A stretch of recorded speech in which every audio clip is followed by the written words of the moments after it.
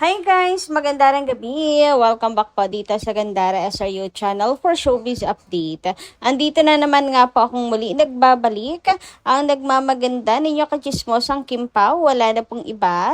Ang lokareta si Gandara SRU upang maghatid sa inyo ng latest update and fresh happenings patungkol kina Kim Chiu and Paolo Avellino. And para nga sa gabing ito, ang tatalakayin naman po natin at pag-uusapan ay may kinalaman dito sa pag-amin ni Kim Chiu about po kay Paolo, pag-amin hinggil dito sa nangyari sa Di Alibay. And syempre, sa pangbubuking sa lambingan nila Kim and Paolo. Magandang ayuda po ito. Pero bago po ang lahat, sa mga hindi pa nakaka-subscribe sa ating channel, pakiclick lang po na ating subscribe button at notification bell na nariyan sa baba upang kayo ay maging updated at manotify po tuwing may bago tayong chika at balita hinggil sa Kim Pao. Basta mga balita na may kinalaman, kina Kim Chiu and Paolo Avellino, sagot na nga po natin yan. And ngayong gabi, ang uunahin po natin pag-usapan ngayon ay mga reaksyon at komento ng mga Kim Pao fans hinggil sa mga nagdaang balita. So narito po ang komento ni Ma'am Emelita Brayones Mercado. Magandang gabi. Sa pag-usapan nga natin ang kanyang komento, sabi niya, si Ogie Diaz, napaka-basher ng Kim Pao. Makabalita ng live-in, kala mo totoong-totoo. Walang kaalam-alam si Paolo. Idadawit na naman doon sa dancer na back up kay Catherine at Julia Montes. Grabe, hindi na nga nagsasayaw si Paolo at hindi mahilig sa lakwatsa. Kung hindi si Kim ang kasama niya, ididikit niya naman ang pangalan niya dyan sa dancer. Ay nako! Wala nang mapaglagyan si Pao sa inyo mga bashers ha. Feeling niyo napakababaero ni Pao. Siya ang crush ng mga babae. Hindi siya ang nagbibigay ng motibo at sa style ni Pao, one woman siya. At yon ay si Kim Chiu. Kaya parehong loyal sa isa't isa ang Kim Pao. Hindi nga mahilig sa gimikan si Pao. Kasi itutulog niya na lang kaysa gumimik.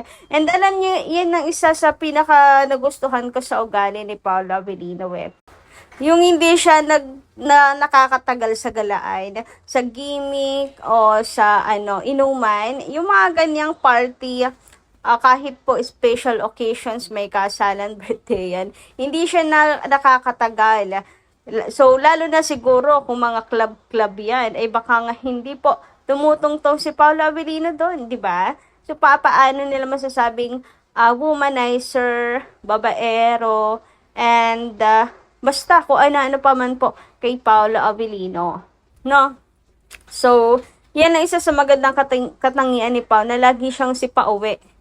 Meaning, talagang si Paolo Avellino po ay hindi lakwatsero at jamming po sa barkada. Iwas si Paolo sa mga bad influence na tropa. Kaya sa mga hindi po nakakakilala kay Paolo, and syempre lalong higit po sa mga bashers, nako, good luck na lamang po sa inyo sa mga pinagsasabi nyo kay Paolo na idinadawit nyo pa kung kani-kanino dahil hindi po maniniwala ang mga nakakakilala kay Paolo. Samantala, sabi naman ni Ma'am Remy Ramos, episode 13 and 14 made me cry all the way. Not ready for this. I end up with puffy eyes after. About the ending, how did this happen? So sad naman. It was literally silang dalawa habang buhay, but Vincent died. So, the end. I just felt so bad because a love so deep and true ended so tragically. They were not able to spend happy life together, but maybe that it was love is. The one you love giving up his life so you can have yours. But may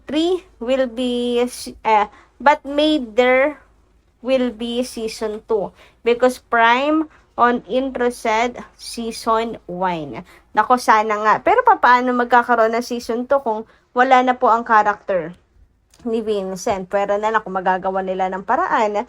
Pero na lang kung fake body pala yung nandun. Tapos, silicone mask lang pala yung mukha doon ni Vincent. Di ba? Hindi natin sure. Ewan ko kung paano nila gagawan yan. Or baka sa season 2, sadyang wala na pong Vincent. Tapos mga backstory na lang po ang mapapanood natin. So, andun pa rin nga naman ang Paolo Avellino. Mga alaala na lang ni Stella. Tapos, habang nagsosolve ng isang crime for Vincent, or maybe maano po ng hustisya si Stella. Ewan ko, hindi ko alam paano magkaka-season 2 kasi dito pa lang, parang tapos na yung story. Tinapos na talaga nila dahil ang bida mismo po ang nawala. Samantala, ayon naman dito kay Ma'am Helenita Catalasan. Maganda rin gabi. Oy, si Ma'am Helenita, ang haba na ng comment. Gusto ko yan. Anyway, kamusta kayo?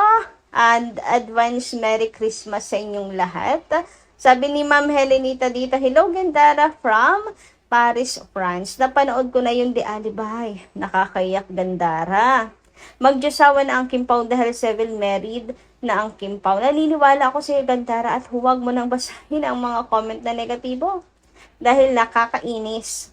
Mga good vibes lang. Panatag ako sa Kim Pao dahil totoo ang Kim Pao. I'm praying always that Paolo Avellino will love Idol Kimi so much. Merry Christmas Gandara and Kim Pao. God bless Kim Pao. Ayan, Merry Christmas din po sa inyo.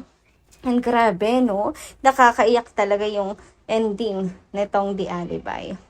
Anyway, speaking of panatag, marami po tayo ang hashtag Team Panatag. Iba-iba nga lang po tayo ng paniniwala sa status nila Kim and Paolo, pero pare-parehas tayong panatag. Yung iba kasi, tulad dito si Ma'am Helenita, naniniwala na merit na daw ang Kim Pao. Yung iba naman, kagaya namin, na sila na.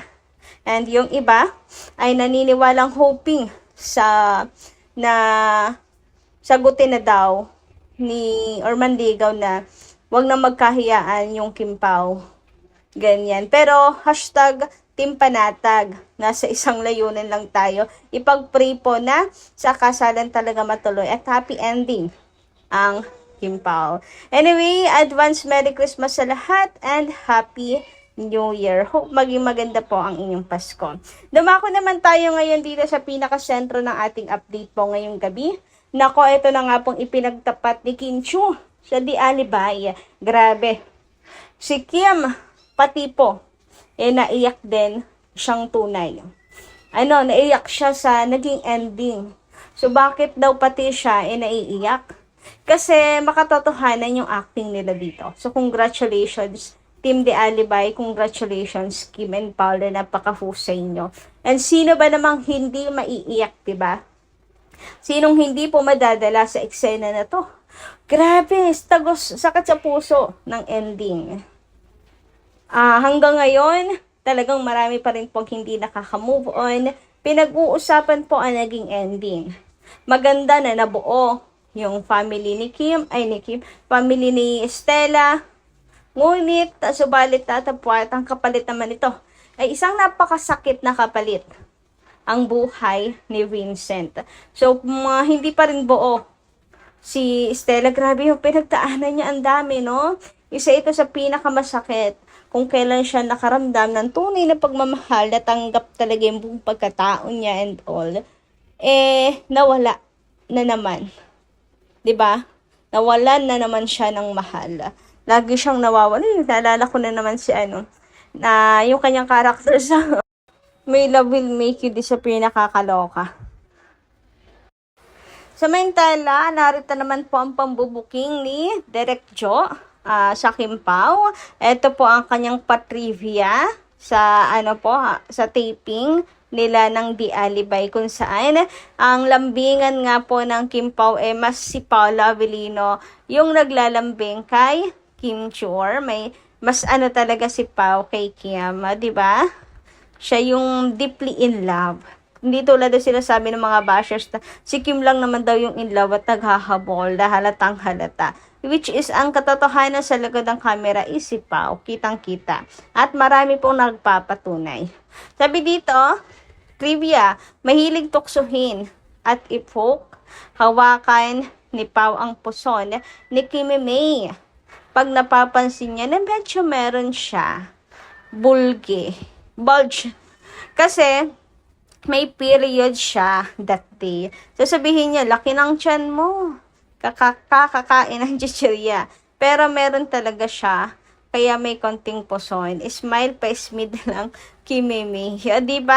Oy, at the same time, pang-ano na rin to ni Direk Jo, ha? Sa mga nagsasabing buntis si Chinita Princess, hindi. Kasi naman kayo, naniniwala kayo sa live-in na yan agad-agad hanggat walang kasal, si Kim Chu ay hindi. Talagang hindi siya pabor. So, ano na, agad po yung mga buntis-buntis na yan. Busog lang at meron, na pagkakamalan agad si Kim na buntis. Anyway, masaya naman ang mga fans pag nagkataon na.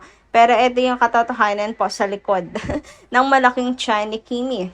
And tumataba rin si Kim. Ayun, kakakain daw pala ng chichirya. Pero Kim, hinay-hinay lang ha. Dapat wag mong aaraw-arawin para hindi makasama sa kalusugan ang chichirya. So, yun lang muna guys ang ating update. Ganto pala maglambingan ang Kim Pao. So, yun lang muna guys, no.